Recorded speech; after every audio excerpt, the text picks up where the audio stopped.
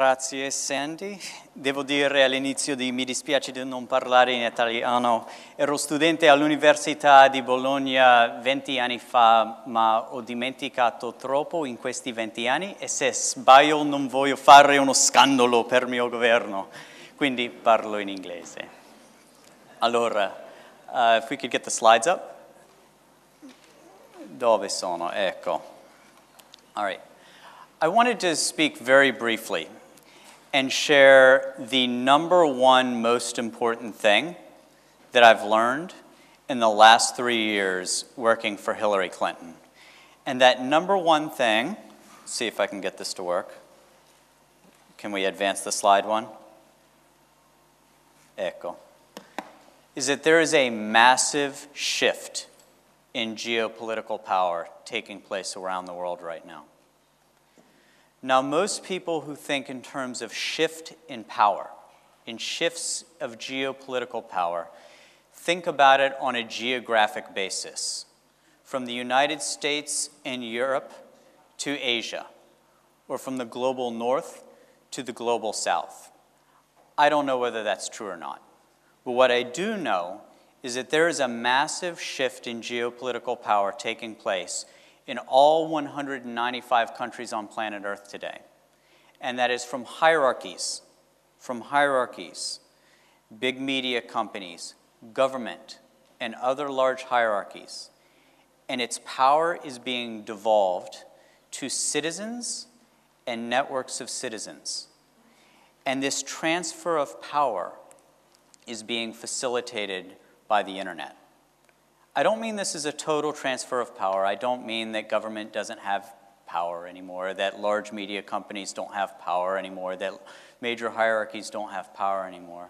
But what I would say is, having sat across the hall from Hillary Clinton for the last 3 years, one thing that I'm able to see is that citizens have capabilities that 10 years ago, just 10 years ago, would have required the backing of a very large hierarchy or hierarchies.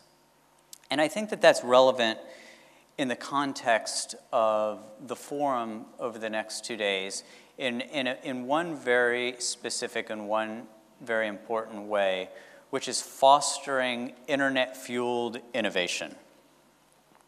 Let's see if we can advance this one more slide. 12 years ago, so in the year 2000, it cost €100,000 per month to run a basic internet application on the internet. So basically, if you wanted to start a .com, you had to have a Series A round of venture capital. You had to have, close to €2 million a year in fixed capital expenses before you actually put anything on the internet. Today, just 12 years later, advance one more slide. That same application that cost €100,000 per month costs €1,000 a month through the cloud. So whereas before you had fixed capital costs of over €1 million a year, today you can get it out of a checking account. Today it's something you can almost pull out of your ATM. Now, as a practical matter, what this means is that the barrier to entrepreneurship on the web is lower than it's ever been before. And it means that the ability to start a company requires only the breakthrough innovation of a little bit of code. We saw this most recently, for example, with Instagram. Instagram as a company is less than 2 years old. It had 13 employees when it was sold for $1 billion. 13 employees and it was sold for $1 billion.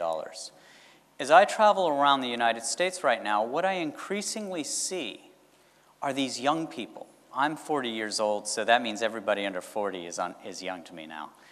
I see these young people, they're starting businesses based on scraps of code out of their dorm rooms, out of the back of their mind, and sometimes it works, and sometimes it doesn't. But what's significant is that the barrier to internet-enabled entrepreneurship is lower than it's ever been before. Here's what I think this means for the future of American and Europe's economies. If we could advance one more slide. 40% of America's GDP, 40% of our GDP, $6 trillion of annual economic activity comes from companies that did not exist in 1980. 40% of our GDP comes from companies that did not exist in 1980. If the United States is going to continue to be a great global leader, if Europe is going to continue to be a great global leader, advance the slide one, then in 20 years, can we advance the slide one? There will be a whole screen full of logos of companies that will fill this up that don't exist today. In order for Italy to lead, in order for the United States to lead, we have to be able to fill up these screens with companies that exist today in your heads and in the heads and hearts of young people. And this is a great opportunity, but it's also a great challenge. And so I think that one of the things to tease out over the next 2 days in conversation here is to think about what are those things that will unleash innovation, that will fill up this blank wall with logos that will create the economy of Italy in the 21st century. I have a really interesting job. And I'm doing it at a really interesting time. As Hillary Clinton's senior advisor for innovation, I basically sit at the crossroad of two communities. On the one hand, having turned 40 years old, in my world, that means you basically are a new adult. Oh, you're 40 years old, you can sit at the grown-ups table, the people with a little bit of gray hair who make the decisions in foreign policy and in this world. On the other hand, I serve as our liaison to Silicon Valley and to America's innovators and entrepreneurs.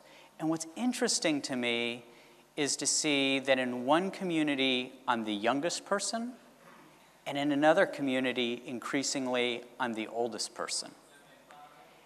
And I think that as we think about our respective futures, as we think about America's economic future, as we think about Italy's economic future, what we need to do is increasingly bring those two communities together. I say this as somebody from government. So this isn't the case of somebody preaching at government. I say this from my perspective inside government, working for Hillary Clinton, that we in government need to do a better job of recognizing the source of innovation and figuring out what we can do to nourish it and to unleash it. And I think one of the first steps in all of this is for us, frankly, to listen and learn. To listen to people like yourselves who are developing these businesses and who are propelling the industries of the future. I think it's important for us to remember that we only have one mouth, but two ears. And that public policy should be intelligently informed by the perspectives of entrepreneurs like yourselves. If we could advance the last slide. So in closing, it's a terrific honor to be here with you today. And I just want to close with a final observation. As we think about how tough our economies are right now, as we think about an almost Darwinistic world, I think that the smart thing for us as policymakers to do is modernize our approach to Darwin and recognize that it's not the strongest of the species that survive, nor the most intelligent, but that most adaptable to change. Grazie molto.